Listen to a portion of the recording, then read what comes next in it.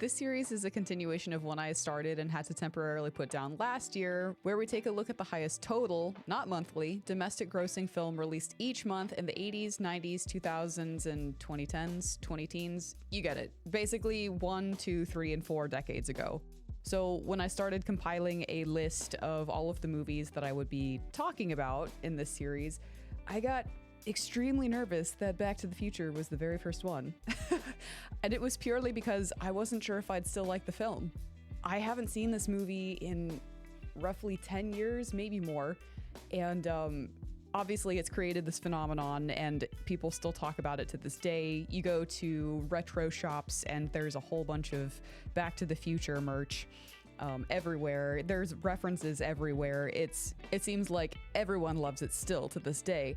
And yet I was still very worried, because what if my opinions had changed for the worse, right? What if I no longer liked it? So I was very happy. I still had a very good time in watching this film, enjoying this film, just like I did many, many moons ago.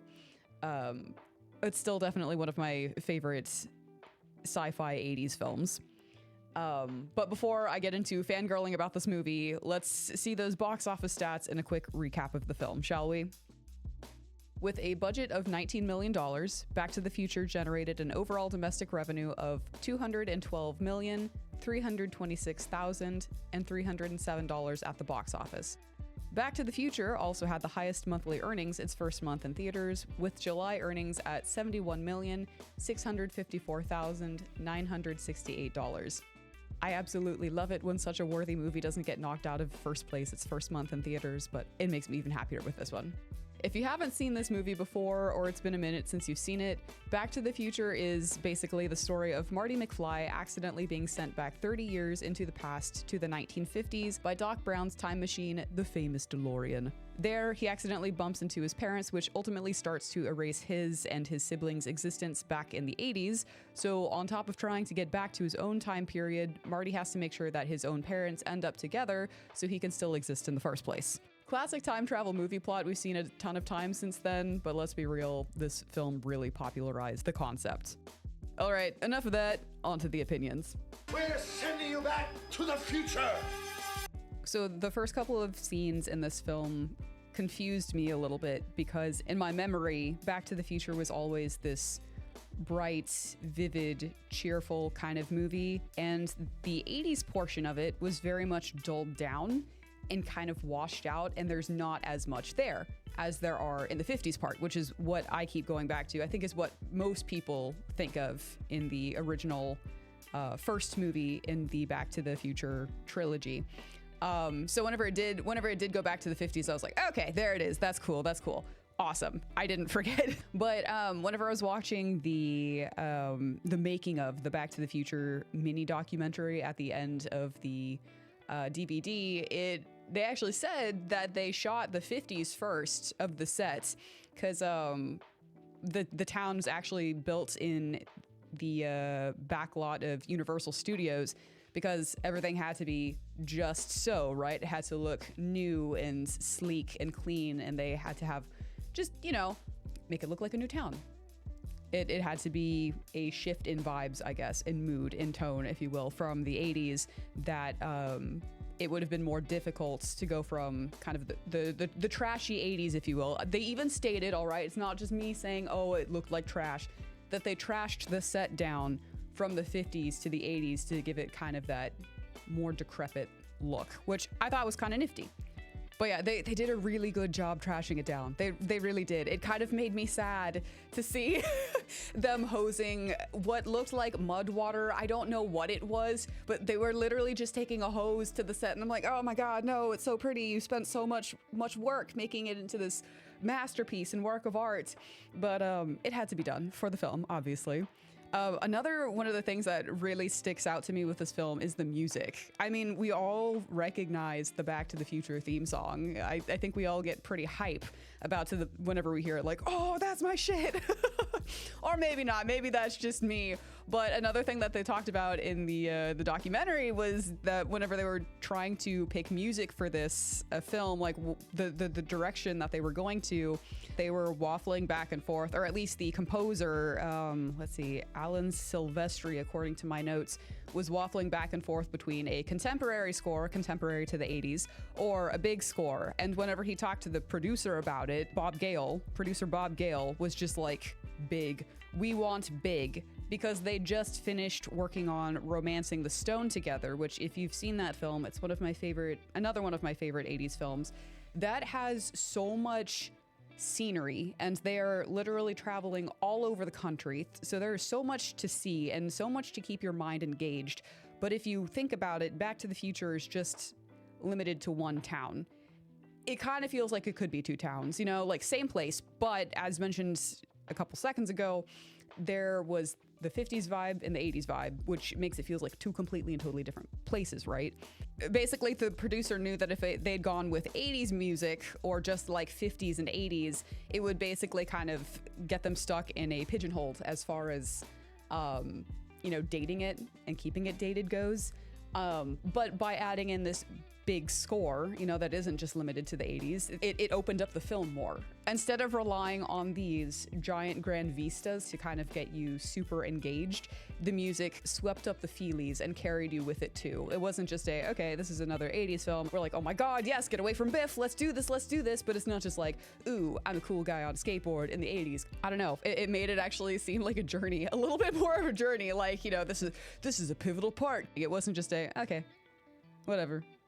Moving on. This could be literally in any 80s film. It just made it feel like it was a part of Marty's journey, even though he's just outrunning a couple of douchebags in a plaza as they're running over a whole bunch of shrubbery before they plow into the back of a manure truck. So conveniently placed manure truck, right? But it is definitely a comedy. So, I mean, conveniently placed shit truck. Go for it, my guy. And I liked how silly it was. Normally, I'm not a fan of, I guess I should say modern comedies instead of just comedies across the board. But I really just liked how silly and charming this comedy was. I thought that Crispin Glover, oh my God, like, he's always been very good in the very genuinely awkward kind of teenage roles. Like when he was, as a younger actor, right? He's always been like very good at just genuinely awkward. You're kind of like, is this guy for real? Oh my God, he is for real. Like, he really does pull it off. When I saw Crispin Glover walk on the screen, I was like, oh yeah, it's Crispin Glover. Oh my God, wait, yeah, Crispin Glover's in this film. Oh, I love him. He's great. Like, I knew it was him, but then I just forgot, like, I don't know. I just forgot how amazingly awkward and just, yes, George is the entire time. Oh my God. Like, don't get me wrong. I love Marty. I love Dr. Brown. However, every time George was on the screen, I was laughing my ass off. I was just caught between cringe and just, George, you can do this. You can do this. You can do this. You can do this. And not once did I think like, okay, this guy is trying too hard to be this awkward character or whatnot. No, Crispin Glover really does hecking nail George. Oh my God, George. I love George so much. I like, when we have to say goodbye to George in the, George and Lorraine in the 50s, I'm like, oh no, at least we know that, they're together now. They're fine, they're happy. But like, I don't know. It just, again, one of my faves as well. Lee Thompson as Lorraine as well. Like, also very cringe. They're both like such cringe characters, but in the best way possible. Like George, he's trying his best. He's never had to stand up for himself kind of thing. And when he finally does, like I believed him, I really believed him. Like whenever he's saving Lorraine from Biff at the very end and he opens up the door thinking that it's supposed to be Marty, it's the staged scene and Biff turns around and he's like, oh, this is not my day. And then he tries and you can see him like shaking and sweating and like, is this happening right now? Am I gonna do this? But he finally, manages just one good swing and you're like, yeah, George, go George, you can do it, George. You get your woman, George. But he's still like freaking out the entire time. I'm like, yeah, I like that he didn't just like grow a backbone all at once kind of thing. He's still kind of like shooketh by it. I don't know. I just really love that. Like, so That's one side of the cringe to this the cringe parents duo kind of thing. But Lorraine, oh my god, it just, I don't know. She did a really good job being like the pretend goody two shoes girl, where she's still kind of like, oh no, I would never, but like it's okay if you want to initiate kind of thing. That, oh yeah, it just, I was always like, please don't touch your son, please don't kiss your son, oh my god, don't kiss your son. And maybe it is half of the cringe comes from the fact that you know that Lorraine is Marty's mother, and it's just like, oh my god, you are crushing on your son, I hate that right now. Maybe that's half of what it is, but I really did think that Lee Thompson did like a really good job. Like, I believed her, you know, like it was, again, that kind of over the top cheesy, like, oh, I'm so in love with this boy, but it wasn't like super like, okay, we get it, you're in love. It was just, she seemed like an awkward high schooler. She really did. We all made stupid decisions and stupid moves that we thought were cool, and then look back and we're like, oh man, if I could go, you know, apologize to that person for being so cringe back in like high school, middle school, you get the picture. That was how it felt. I'm like, oh man, maybe let's not, maybe no, oh my god. But yeah, no, that scene where she's like calling him Calvin, and I'm, oh god, no, I'm like, get out of the room, get out of the room. He's asleep in her room, which I'm like, why? Like, parents, come on, you don't leave like a horny high school girl in a room alone with a passed out, like, you know, horny high school boy. Like, I don't know, she's clearly like, she has clearly got a thing for him. Come on. I'm like, I'm really hoping that she didn't take off his pants. I'm like, oh god, don't take off your son's pants, please. Ugh, I don't know. She just did a really good job. But yeah, no, that she made an excellent half to the cringe parents duo. I thought they were excellent. Biff, I would say he was the most over the top villain that you could get. I mean, again, 80s cheese, I'm here for it, but yeah, I'd say that out of all of the performances, he was probably of like the main cast, if you will. But again, that works because it's that kind of cheesy, silly 80s movie feel that makes it work so much. And like, even though he is the most over the top, there were some like very, very real moments kind of thing in it. Like, even though he was cheesy and over the top, the bullying scenes were like very, I don't know, I felt like they were like a little bit too on the nose. Like, oh my god, I just watching him bully George, oh my god, it hurt me so. And I love the bit where every time like Marty gets out of his chair kind of thing, or like walks up to Biff like, hey, get your hands off my dad, get your hands off my mom, and then like Biff turns around, or he like realizes the height difference. I don't know, the height difference bit always cracked me up because he's like a full head taller than Marty. Yeah. It just always worked. Same thing with George, seeing him like crane his neck up to like make eye contact with Biff, and Biff's like, you gonna do something about it? Yeah. I love that. I love that bit. But there were times where I was like, oh man, I also would have shrunk into a corner kind of thing if this bully walked by, because he's like super intimidating and will act on it. But I also couldn't take him entirely seriously because he is just a high school bully. You know what I'm saying? That duality where you're like, yeah, I'm going to stand up to my bully because there's like no reason for me to be afraid of him. And then you get there and you're like, oh yeah, okay, this is why. He did a really good job with his intimidating high school bully presence. I don't know. I felt that. I was like, I don't want to be here right now either, George. I also really just enjoyed seeing all of them in their respective 80s makeup. Lorraine, George, and Biff, right? They're all these just, 17 to 20-year-old actors, actresses, but they get aged up for the 80s sequences, which they said in the making of documentary that it took them about 3 hours to get into like their late 40s, early 50s makeup. And they look good. They looked really good. I don't know. It took me a second at the beginning of the film to remember, oh wait, it literally is the same actor throughout the entire film that plays Lorraine, George, and Biff. And they looked like, Biff looked terrible. He's supposed to look terrible. He looked terrible in the best way possible. He was such a douchebag at the beginning. Lorraine just looked so sad. as they're supposed to, right? And George, yeah, he really did a good job with the whole, you know, like slouched over, kind of defeated looking dude. And like, I don't know, they just pulled it off so well, because they were talking about how like it would have been easier, it probably would have been easier for them to go to like 70-year-olds, 80-year-olds age jump, because then it just would have been them like going over the top with the quote-unquote old person vibe. But the like 40s and 50s, they kind of had to like really bring it down, because they didn't want to make the character seem too old, but they're also like, again, late teenagers, early 20s, because they couldn't act too young. They had to find that sweet spot, and I thought they did a really good job. I really thought they did. The end scene too, where they're in their older makeup, I really liked that it was two different makeup looks, right? It wasn't just kind of like the same wrinkles, the same prosthetics kind of thing. I liked how it was, you know, we were not in a very good place at the beginning of the film, because George, he's kind of this loser who's still deferring to Biff, like he's still essentially doing Biff's homework. It's the same thing he did back in high school. Biff would be like, you know, it would be really bad if I turned in my homework in your handwriting. It would be really bad if I turned in these documents in your handwriting, you know, still letting Biff walk all over him. And then Lorraine is like this sad alcoholic who's just clearly not happy with her life. But then at the end, you know, because Marty has helped George and Lorraine become like better people. George he's now written his own book.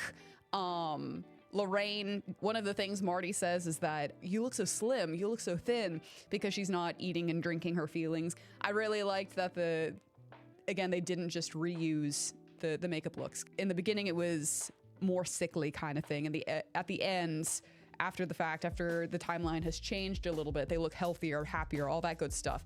Except for Biff, right? He's now the one that's kind of like, oh yeah, yes, Mr. McFly, like absolutely Mr. McFly. And that's not to say that like George is bullying him. I still love that George is like trying to help out people. Whenever he's like, you know, Biff, don't like screw me over now. He's still kind of like, now Biff, don't be this way. I don't know. So I like that, you know, even though they ended up in a better place at the end, they still weren't assholes about it. They were just still good, kind people.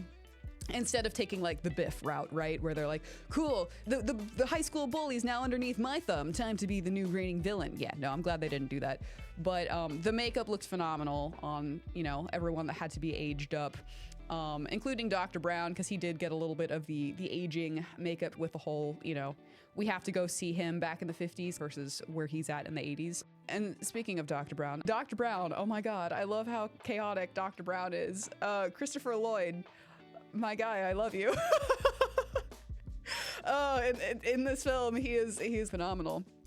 I don't know. He is Dr. Brown. Every time I see Christopher Lloyd, I'm like, yep, it's not like, oh, that's Christopher Lloyd. It's, oh, that's Dr. Brown. I mean, Christopher Lloyd. Yep, that's what I meant. Sorry, excuse me. But yeah, no, he is a vibe. He is a vibe and a half. If memes were a thing, back in the 80s, he would have been memed all over the place, more so than he is now, because I will see 8 gazillion Dr. Brown memes. But oh my God, the scene where Marty comes into his lab and he's like, okay, this is how we're gonna get you back to the future, and he's got an exact replica. It's like this perfect replica of the city square. And he's like, please excuse the crudity of this model. I didn't have like time to paint it or get everything to scale, but it's perfect. I'm like, yes, as an artist, I feel that. Or at the end where he's constantly checking his pocket watch, like, where is he? Where is he? It's been like 30 minutes. 2 seconds later, where is he? Where is he? That is such a vibe. I feel that on a spiritual level. He's great. And Christopher Lloyd does such a good job of being like this crazy scientist without making him over the top, right? Like, they really did a good job, everyone, of towing the line between like, okay, over the top, uber silly, and just, I believe you. They really did walk that fine line, that tightrope, perfectly. They pulled it off so well, because again, you're still laughing, but it's not like, okay, we get it. It's, yep, you're silly, haha, teehee. No, it's so good. It's so good. He's just so good. And of course he does have like his slapstick moments and everything. And just the facial expressions on Dr. Brown, like in particular, he's got the best expressions. I don't know, I would honestly kind of put it up there with Jim Carrey. Not like as over the top as Jim Carrey, because Jim Carrey is like the master, don't get me wrong, but still very hyper expressive. Like, I know it's more for like the viewers, the audience, because not everyone is reacting to his hyper expressive reactions, except for Marty. But oh my God, he was brilliant. And of course, you love Marty. No one can forget Marty, ever. Marty McFly is Marty McFly. Like, bruh. He just is so good at being like that cool guy who can play the guitar and skateboard, and he's just got it going on, right? But he's an absolute high school dork. And I love that. It works. He's a dork. He's an absolute dork, but he's still like really heckin' cool. Oh my God, one of my favorite scenes of him was whenever he's getting George, his dad, to go to the dance with his mom, where he breaks into George's bedroom, right? And he's standing in his radiation suit, his yellow radiation suit from the beginning of the film, because everyone has mistaken him for like an alien, a Martian, whatever. So he dresses up and he like goes in there with a freaking hairdryer in his belt, and he's like, I am Darth Vader from the planet Vulcan, like my guy, after of course blaring Van Halen into George's ears, because of course he wouldn't know what 1 Darth Vader, 2 Star Trek, 3 Van Halen is, because they haven't gotten there yet in that period of time. I don't know. I was just like, I had to back up the scene a couple of times because I was laughing so hard. I was crying and I couldn't hear what was going on. Like, it was a silly scene. And did I have to back it up to hear exactly what was going on? No. Did I want to because it made me laugh further? Absolutely. And then if you go in and watch like the extended scenes or the deleted scenes, some of these, like, I agree, could have been taken out because it was just like, they were fun. But the extended scene to this one was him freaking chloroforming his dad. He chloroforms George. He's like, now close your eyes and go to sleep, and goes in with chloroform. I'm like, yeah, and how did, like, whenever he's like, go to sleep, I'm like, okay, and how do you expect him to just go back to sleep after he's been visited by an alien, which seems to be George's lifelong dream, just by how, you know, they've set up the movie. Like, he writes science fiction novels, he's reading his science fiction comics kind of thing, and then he freaking goes and chloroforms him. I'm like, Marty, no, we don't do that. Oh my God, what the hell? Which kind of made sense in the following scene whenever he's George runs up to him and he's like, hey man, where have you been? I haven't seen you all day. And he's like, I overslept. I'm like, I don't know if I would have been able to sleep after being visited by aliens. But yeah, so that gave a little bit more context as to why George looked like an absolute hot mess, like hair everywhere, like shirt partially tucked, why he overslept. I don't know. I was just like, Marty, holy shit. But yeah, no, I'm like, who the hell uses Darth Vader from the planet Vulcan after, you know, being awoken by, or after waking someone up with Van Halen and threatening them with a hairdryer? I don't know. A dork would, but he made it work. Like, it was heckin' hysterical. Like, dude. Oh my God, Michael J. Fox did an excellent job just freaking out every time he had to be around Lorraine, i.e. Marty's mom. Like, you believed it. They were just so organic. It was just like, oh my God. And again, it was over the top and silly, but you still heckin' believed it, right? He was really, really good. Not the hyper reactions like Christopher Lloyd does, but Dr. Brown, but still perfect. Perfect.